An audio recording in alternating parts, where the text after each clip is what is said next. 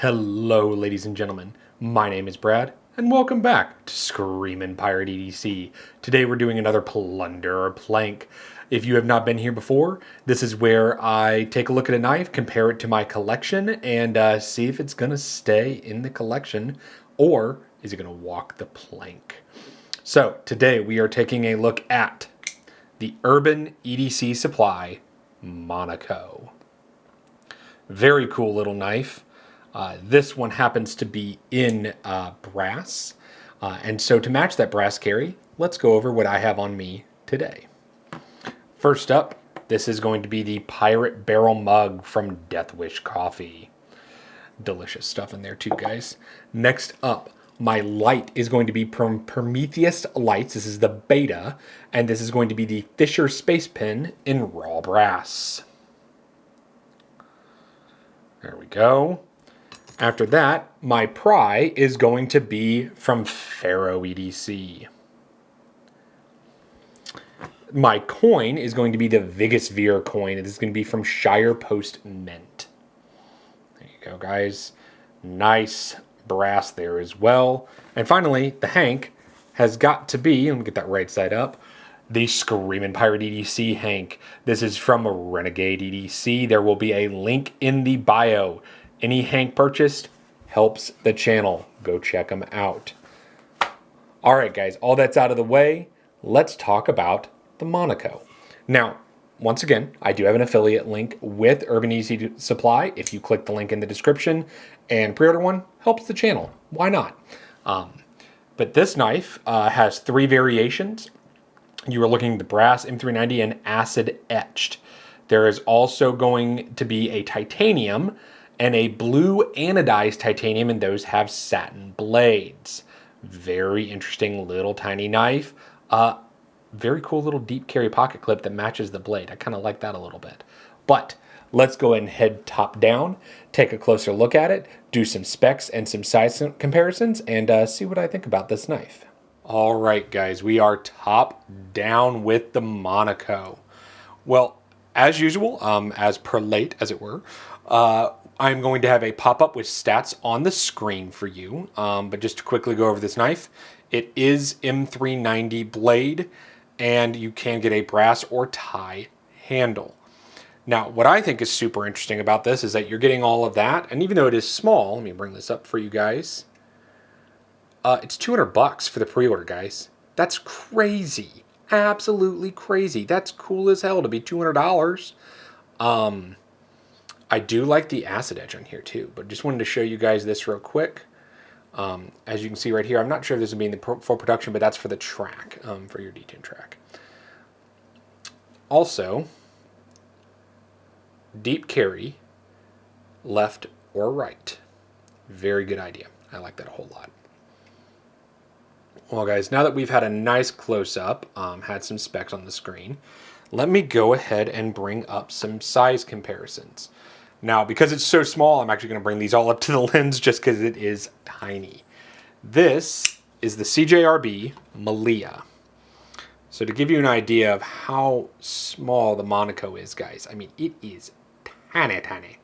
But that is next to the Malia for you guys. As you can see, a lot more handle, a lot more blade, but I think you're getting a lot more class with the Monaco there, guys.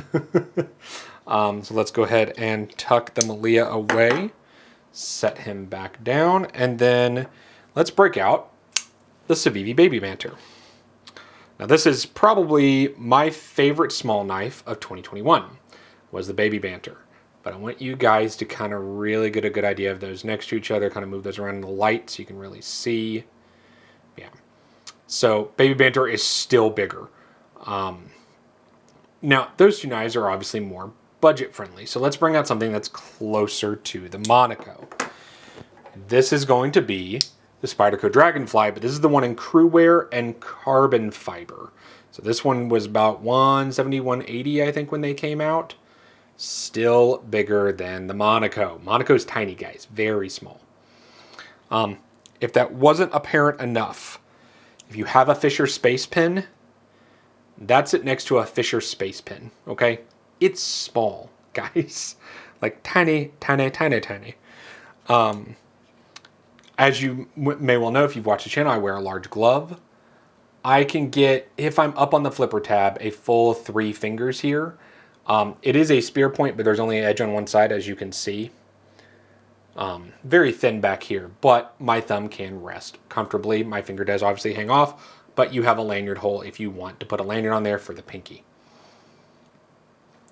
So titanium hardware on this, and obviously a liner lock. Now the lockup is good in my opinion, and you do have good access because you can see how it sticks out here.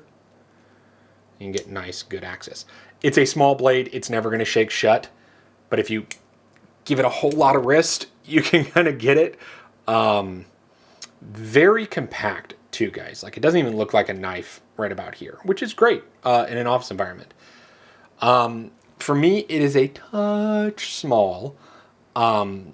But I thought I wouldn't like the brass, guys. The weight is great. I do really like having this in my hands. Just to give you guys an idea of weight, I had the specs up, but I want to show you against some other knives. So 3.09 on the Monaco. Your Dragonfly is 1.89. Your Baby Banter is 1.98. And your Malia is 2.23. So yeah, that brass really does heft it up. But it does give it a whole lot of class, and it is really damn pretty. Either way, guys, this is cool. I do like the flipper. I forgot to talk about that. It is very, very small, but I can pull. I can also, if I get it right angle, I can push button. So push button does work. Pull is definitely working.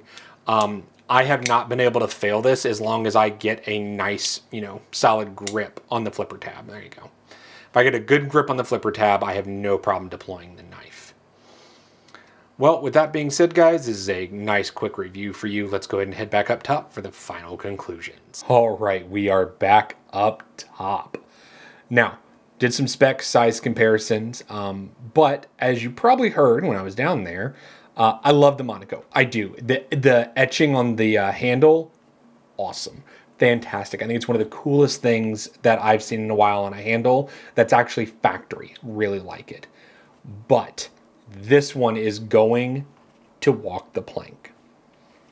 Now, I am not saying this is a bad knife. I am not even saying that this knife isn't even worth your time. What I'm saying is that it doesn't fulfill a role in my collection currently. I don't really go to the office that much. I live in South Carolina, guys. They don't care about knife laws. I mean, to be very broad stroked with it.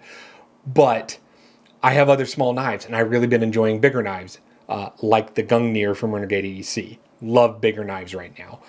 The Monaco, if you live in a state or in a city that has, knife restrictions, blade length, or you live with a bunch of people who are scared of knives, or you work with people that are scared of knives, the Monaco is it, guys. At $200, I mean, this is good. I like this for $200. I really, really do. Well, with that being said, guys, go ahead, like, comment, and subscribe. Do not forget the website is live, screaminpirate.com. Also, there will be another drop of patches, Ranger Eye patches, very soon. Hopefully you guys check those out. And you know what? I'll catch you on the next one.